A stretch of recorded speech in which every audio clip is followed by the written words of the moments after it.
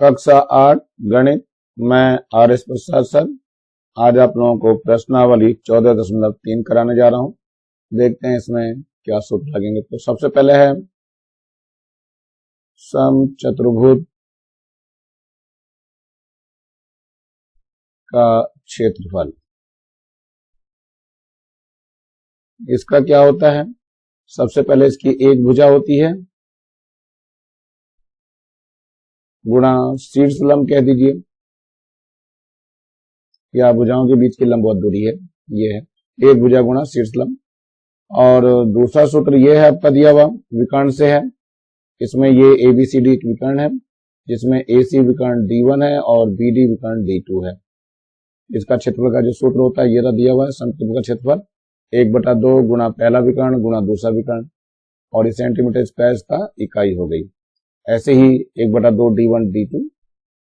तो ये सूत्र लगाने हैं आपको। अब देखिए इसमें समलंब चतुर्भुज का जो क्षेत्रफल होता है, इसमें देखिए एक भुजा तो इसकी ये हो जाएगी, ये B1 हो जाएगी, यहां से लेकर के यहां तक की लंबाई।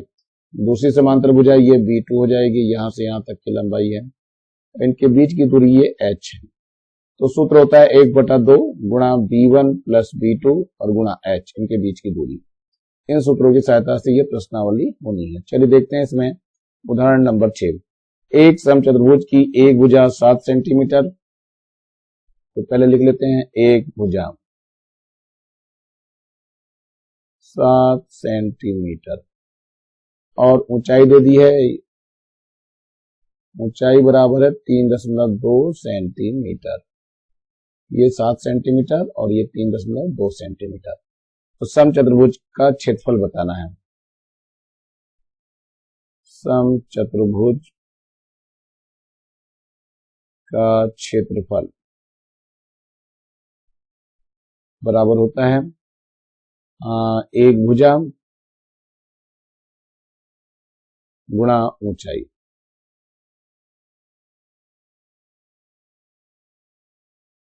एक भुजा जो है 7 है और ऊंचाई 3.2 है, तो गुणा कर दीजिए। 7 दूनी 14 और 7 या 21 और 1 22, तो 22.4 सेंटीमीटर स्क्वायर या सेंटीमीटर का वर्ग, वर्ग सेंटीमीटर भी बोल सकते हैं। तो ये आपका एक आंसर हो गया। चलिए देखते हैं उदाहरण नंबर 7 की तरफ। एक समलंब चतुर्भुज का विकर्ण दिया है 10 सेंटीमीटर, तो ये B1 हो गया 10 सेंटीमीटर। ये विकर्ण D1 माना जाता है, D1 10 सेंटीमीटर हो गया। तो दूसरा विकर्ण जो हमारा 12 सेंटीमीटर है, तो ये D2 लिख देंगे। D2 बराबर है 12 सेंटीमीटर। अब जो है समचतुर्भुज का विकर्ण मिल चुका है, अब इसका क्षेत्रफल बताना है। यहां लिखेंगे समचतुर्भुज का क्षेत्रफल बराबर होता है 1/2 गुणा B1 गुणा B2, यानी पहला विकर्ण गुणा दूसरा विकर्ण। 1/2 हो जाएगा, B1 का मान 10 है, B2 का मान 12 है। तो 2 एकम 2, 2 6 12 हो जाएगा। क्या बच जाएगा, 10 गुणा 6 बच गया। तो ये हो जाएगा 60 वर्ग सेंटीमीटर। इसको हम वर्ग सेंटीमीटर भी लिख सकते हैं। यही हमारा आंसर हो जाएगा। चलिए उदाहरण नंबर 8 की तरफ बढ़ते हैं। एक समलंब चतुर्भुज की समांतर भुजाएं 25 मीटर व 20 मीटर हैं। तो ये हो गया B1 बराबर 25 मीटर और B2 बराबर हो गया 20 मीटर। उन भुजाओं के बीच की दूरी जो है 8 मीटर है, यानी ये जो दिया हुआ है क्या हो गया हमारे पास H हो गया 8 मीटर। तो समलंब चतुर्भुज का क्षेत्रफल का सूत्र लगा देते हैं। समलंब चतुर्भुज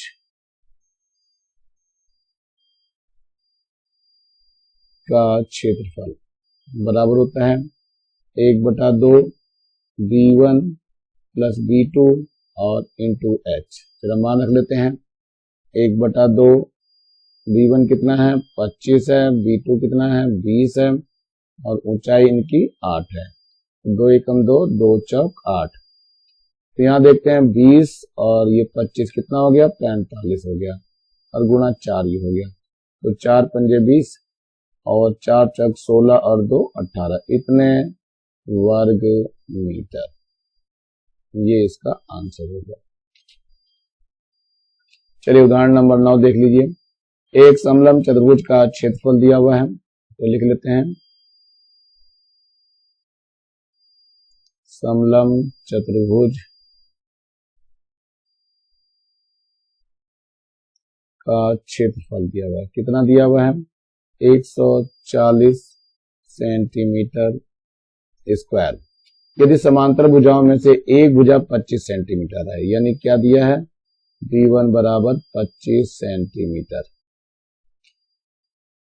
ऊंचाई दे रखी है कितनी? 7 सेंटीमीटर। ये ऊंचाई दी हुई है 7 सेंटीमीटर। दूसरी समांतर भुजा ज्ञात करनी, यानी B2 को ज्ञात करना है। तो सूत्र लगा लेते हैं समलंब चतुर्भुज का क्षेत्रफल। समलंब चतुर्भुज का क्षेत्रफल बराबर होता है 1/2 समांतर भुजाओं का योग गुणा उनके बीच की दूरी। ये दिया है 140, ये 1/2 हो गया। B1 का मान दिया है 25, B2 हमें निकालना है और H का मान दिया हुआ है 7। चलिए ये 140 हो जाएगा, 2 गुणा में चला जाएगा और 7 बटे में आ जाएगा, और यहाँ 25 प्लस क्या बच जाएगा? B2 बच जाएगा। 7 एकम 7, 7 दूनी 14, 20 हो गया, और 20 दूनी कितना हो जाएगा? 40। तो 40 बराबर हो गया 25 प्लस B2। अब इससे B2 का मान निकल जाएगा 40 माइनस 25। कितना आ गया देखते हैं घटा के। 10 में से 5 गया 5, यहाँ 3 बचा, 3 में से 2 गया 1, इतने सेंटीमीटर। ये इसकी दूसरी भुजा होगी, जो कि इसका आंसर होगा। चलते हैं प्रश्नावली 14.3 पे। एक समचतुर्भुज का क्षेत्रफल ज्ञात कीजिए जिसके विकर्ण 24 सेंटीमीटर व 10 सेंटीमीटर है। यानी D1 दिया है इन्होंने 24 सेंटीमीटर और D2 दिया हुआ है 10 सेंटीमीटर। समचतुर्भुज का क्षेत्रफल यहां लिखना है सम चतुर्भुज का क्षेत्रफल बराबर हो जाएगा 1/2 गुणा D1 गुणा D2। चलिए 1/2 है, D1 का मान पता है आपको 24 है और D2 का मान कितना है? 10 है। तो काट दीजिए, इसे काटेंगे, ये 12 दूनी 24, तो बच्चा कितना? 12 गुणा 10 बच गया, तो ये आ गया 120 और वर्ग सेंटीमीटर। ये इसका उत्तर हो जाएगा। ये प्रश्न संख्या 2 है। एक समचतुर्भुज की एक भुजा 7.5 सेंटीमीटर है। यहां लिख लीजिए एक भुजा 7.5 सेंटीमीटर और शीर्ष लंब दिया हुआ है 4 सेंटीमीटर, तो लिख लीजिए शीर्ष लंब भी। शीर्ष लंब बराबर 4 सेंटीमीटर। क्षेत्रफल ज्ञात करना है, तो समचतुर्भुज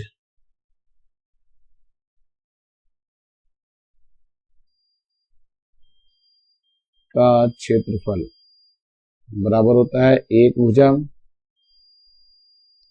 गुणा शीर्ष लंब। चलिए एक भुजा है 7.5 और शीर्ष लंब है 4, गुणा कर देते हैं। 4 पंजे 20, हासिल 2 और 4 से 28 और 2 30, इतने वर्ग सेंटीमीटर। ये इसका उत्तर हो जाएगा। ये चलते हैं प्रश्न नंबर 3। एक समलंब चतुर्भुज की समांतर भुजाएं 20 व 8 है, यानी कि ये B1 बराबर 20 मीटर और B2 बराबर जो है वो 8 मीटर है। इन भुजाओं के बीच की दूरी यानी H है, ये है 12 मीटर, 12 सेंटीमीटर है। देखिए यहाँ पे 12 सेंटीमीटर है, इसको मीटर में बदल दीजिए तो 0.12 मीटर हो जाएगा। इसका क्षेत्रफल निकालना है। यहां लिखना है समलंब चतुर्भुज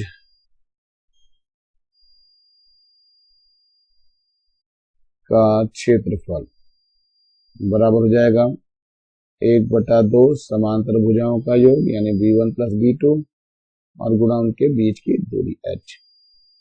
1/2 b1 कितना है 20 है और b2 कितना है 8 है और उनके बीच की दूरी 0.12 है।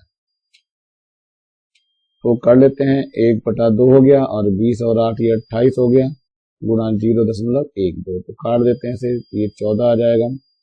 तो बच गया 14 गुणा 0.12 तो गुणा कर देते हैं 14 दूनी 28 को 8 हासिल 2 14 एकम 14 और 2 16 2 अंक के बाद दशमलव लग जाएगा इतने वर्ग मीटर। ये आपका आंसर हो जाएगा। चलिए प्रश्न नंबर 4 देख लेते हैं जरा क्या है इसमें। आधार दिया हुआ है 30 सेंटीमीटर और 24.4 लंबे सेंटीमीटर वाले समलंब चतुर्भुज का क्षेत्रफल ज्ञात कीजिए। इसका शीर्ष लंब दिया हुआ है 1.5 सेंटीमीटर। तो इसमें सबसे पहले देखिए B1 दे रखा है इन्होंने 30 सेंटीमीटर, B2 दे रखा है 24.4 सेंटीमीटर और इसमें जो लंब दिया हुआ है यानी H दिया हुआ है वो 1.5 सेंटीमीटर है। तो समलंब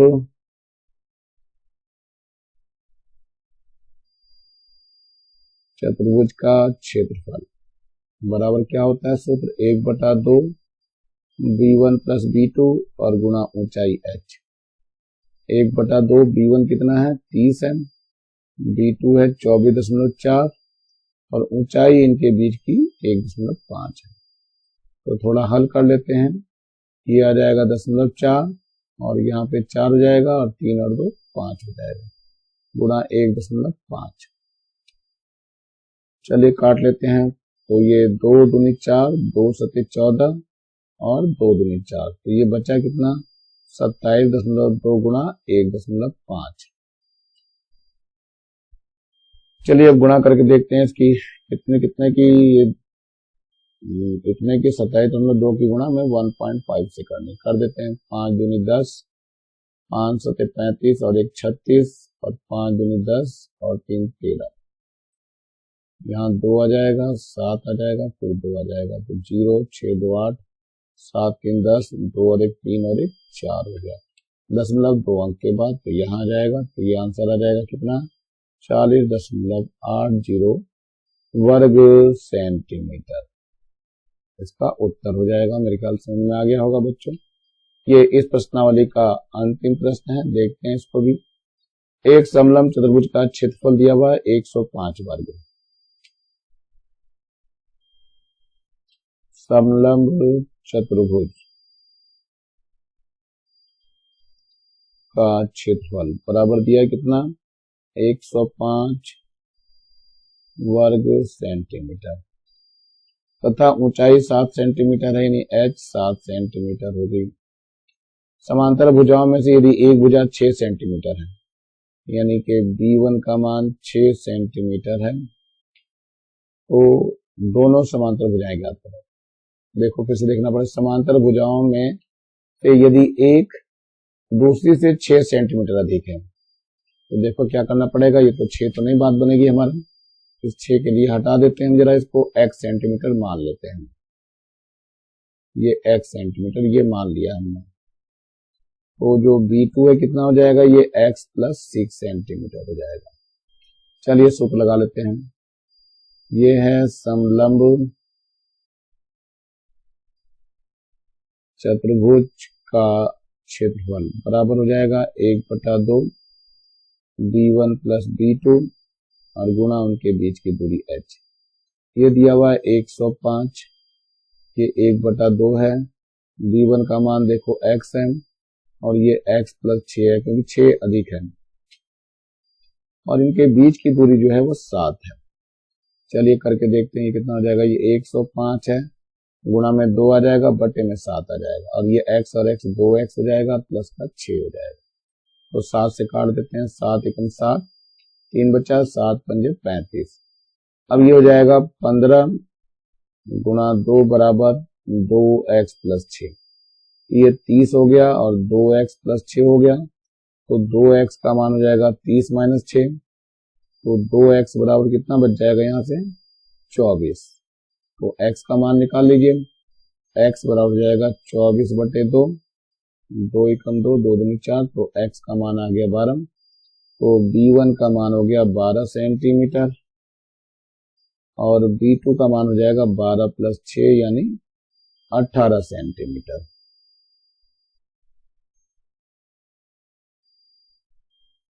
और यही दोनों हमारे आंसर हो गए। मेरे ख्याल से ये बच्चों समझ में आ गया होगा। नीचे लाल रंग का बटन दिखाई दे रहा है, इसको दबा के सब्सक्राइब करेंगे और ज़्यादा से ज़्यादा बच्चों को शेयर करेंगे जिससे ज़्यादा बच्चों को फायदा हो सके। और मेरी वीडियो को कम से कम एक लाइक अवश्य करेंगे।